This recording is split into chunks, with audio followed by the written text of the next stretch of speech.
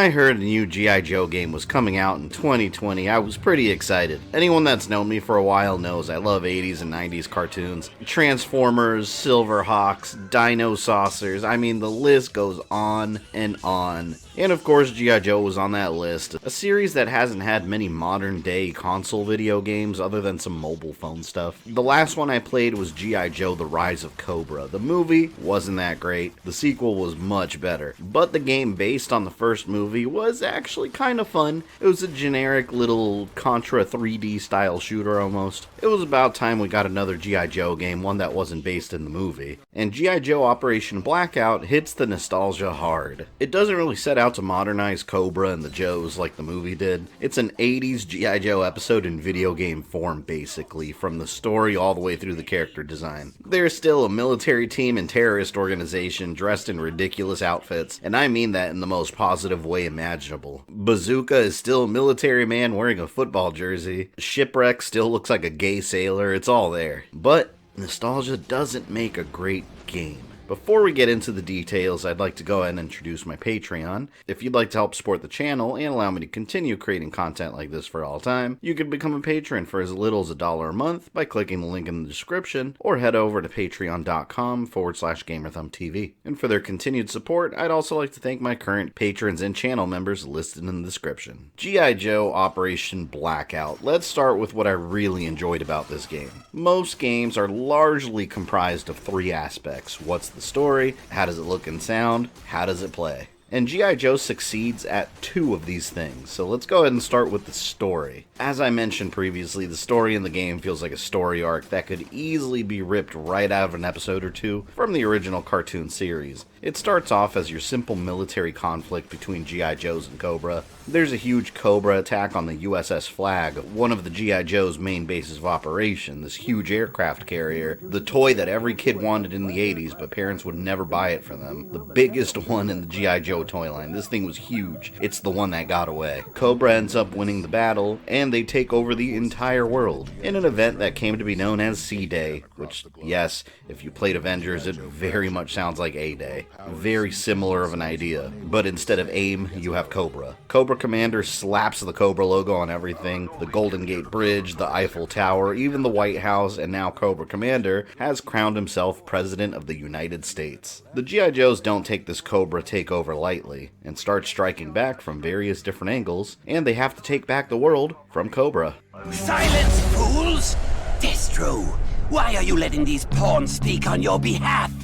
You promised me the Joes would be crushed in one swift swoop!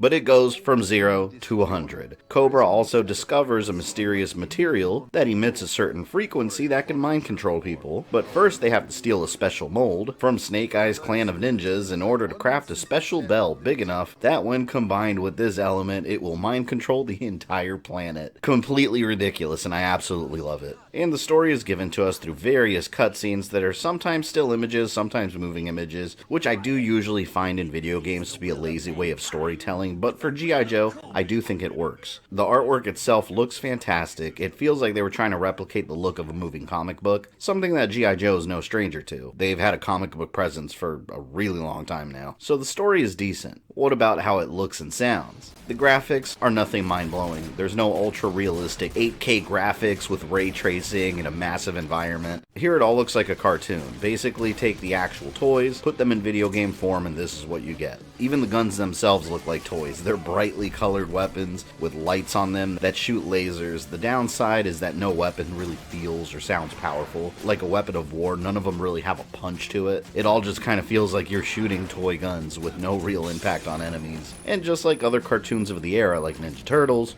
no one ever dies. How can you have what's effectively a military shooter and you have nobody ever die? Well, the various enemies you fight happen to be mostly robots. The vehicles that pop up in the story were a blast from the past too. On the G.I. Joe side, you get to drive around in tank missions, controlling the Deadeye tank. On the Cobra side, you drive the Hiss tank, although they do feel exactly the same even as far as weapons are concerned. These are my favorite type of levels, although there's very few of them. They feel like a modernized version of Firepower 2000. If you haven't played that that game, it's a game I loved on the Super Nintendo. And the jets flying overhead that you have to blast are another classic G.I. Joe toy called the Cobra Rattler. It's really cool, and I know I've been praising the game so far, but notice I haven't gone too into detail on the gameplay itself yet. Well, that's where G.I. Joe Operation Blackout just completely drops the ball. And I was really disappointed by that because I really wanted to love this game. I want the definitive G.I. Joe game, but for everything I got nostalgic over and enjoyed, there were other things so incredibly frustrating that the whole experience became a chore to finish. Overall, this game is a third-person shooter in the style of games like Gears of War, however nowhere near as polished, but you still have that third-person over-the-shoulder shooting mechanic. It's as basic as it gets when it comes to being a shooter, doing the bare minimum to qualify. The campaign is told from both the point of view of the G.I. Joe and the Cobra teams. However, every single character feels exactly the same. The only thing that separates them is how they look, some of them dash differently than the others, and their ultimate attacks, which are specials that each character has that they perform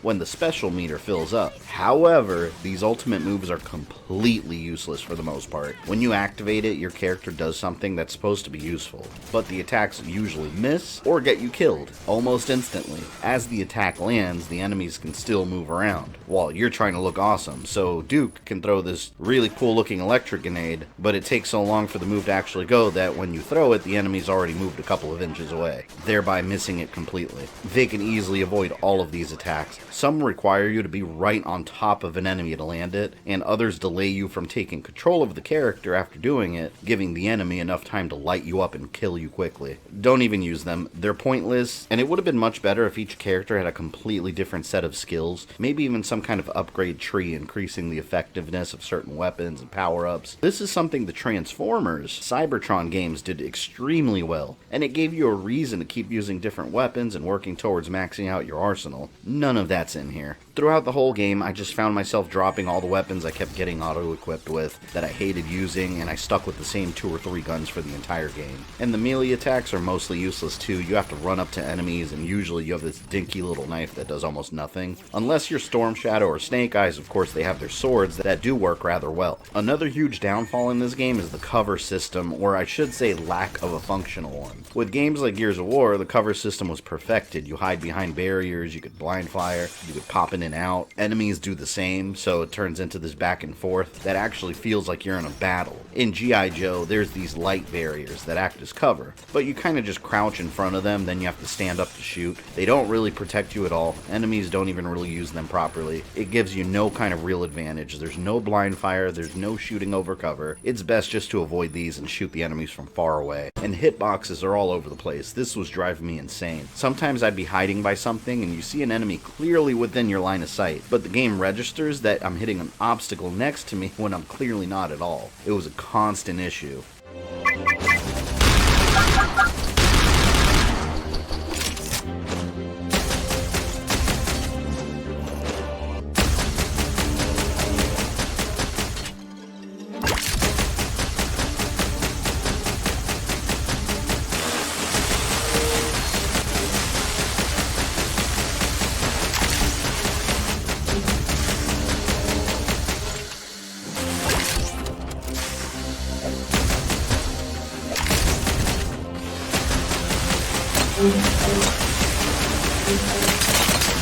But there is one specific aspect of this game that completely brings down the entire experience. There is no balance in the difficulty. Let me explain. If you notice, looking at the difficulty levels, the game even tells you the normal mode is the one the game was intended to be played on. That's fine, but if you're a player like me that usually likes to challenge themselves on the harder settings, good luck doing this one on the hardest the first time around. I understand when games are difficult due to wanting you to adjust your skills and improve as you progress, but here it just makes enemies bullet sponges and they kill you in seconds. The best way to point out how these flaws really bring the game down is by taking a look at the boss battles. Oh, and you'll keep seeing the same bosses over and over, by the way. These are some of the worst boss battles I've ever experienced in a video game. There is no strategy involved in these fights at all. Every single boss does the exact same thing, as the footage you're seeing right here. As soon as they pop up on the battlefield, what they do is they start running directly at you, full speed, in a straight line, just firing away. You can fire back all you want, but you will not get that health bar down before they reach you and annihilate you in the blink of an eye. Over and over and over. Their strategy is to just gun it towards the player at full speed.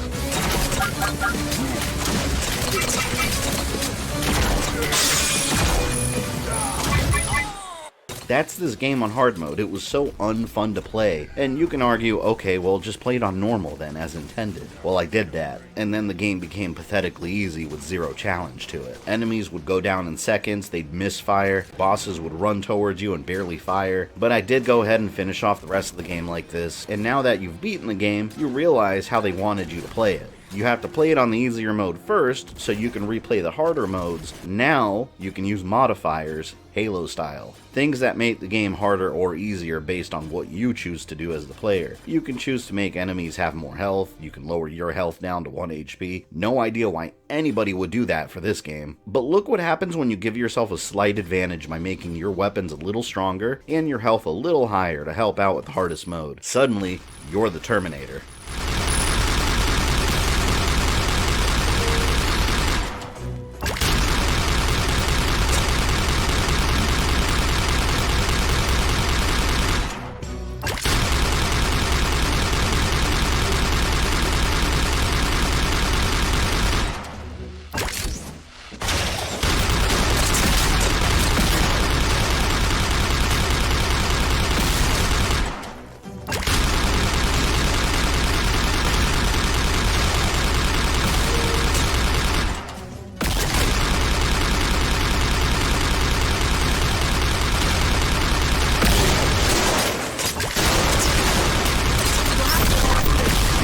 The extreme up and downs in terms of difficulty really affected what could have been a really fun experience. I usually enjoy these more generic third-person shooters that aren't necessarily AAA games, but when you're essentially forced to lower the difficulty just to get through a broken boss battle, it really highlights the deep flaws of the game, and it's incredibly frustrating. And after you beat it, you can replay each mission, you can get all the collectibles, which I do think are pretty cool, so credit where credit's due. There's new weapon skins, new character costumes you can unlock, G.I. Joe comic book covers, which you can look at under the knowing is half the battle menu. You can go to each character and read their bios. I like when games have these kind of extras that give you more information on the universe that you're playing. In total, there are 17 missions. Between starting, switching difficulties, and finishing up the whole game, I spent about 12 hours playing on single player. There's also a co-op mode you can play where you go through the missions with a buddy. But there's no online mode, which I do feel is a missed opportunity there. It's strictly couch co-op. I love couch co-op, but I also like having the option to play online. What makes it even stranger is that there's other game modes that in our modern day of gaming usually you'd think of online, like Team Deathmatch, a control points mode, capture the flag, but there's no online. It's like we're back in the GoldenEye days where you're forced to play these on the same console. So to end this review, do I recommend G.I. Joe Operation Blackout? Well, it depends. How much nostalgia do you have for G.I. Joe? It is a budget price game, not at $60. It's normally $40. I did get it on sale for $32 on Xbox Live Gold. What does save this game is the lower price point, although I think $25 would have been a better price point here, and the G.I. Joe license. Were it not for this being a G.I. Joe themed game, I would not have been interested in it at all. Having said that, don't expect a polished G.I. Joe experience. It's one of those games you get on sale and blow through it on normal in a day or two, then you put it away. It's not horrible, it's nowhere near good, it's just somewhere in between that. A generic third-person shooter that needs a lot of polish, but it does have its moments of, oh, this is classic G.I. Joe, this is cool. The bones of a good game are here, and I would welcome a sequel as long as it takes these criticisms and improves on them. But let me know your thoughts down below. How does this game look to you? And also,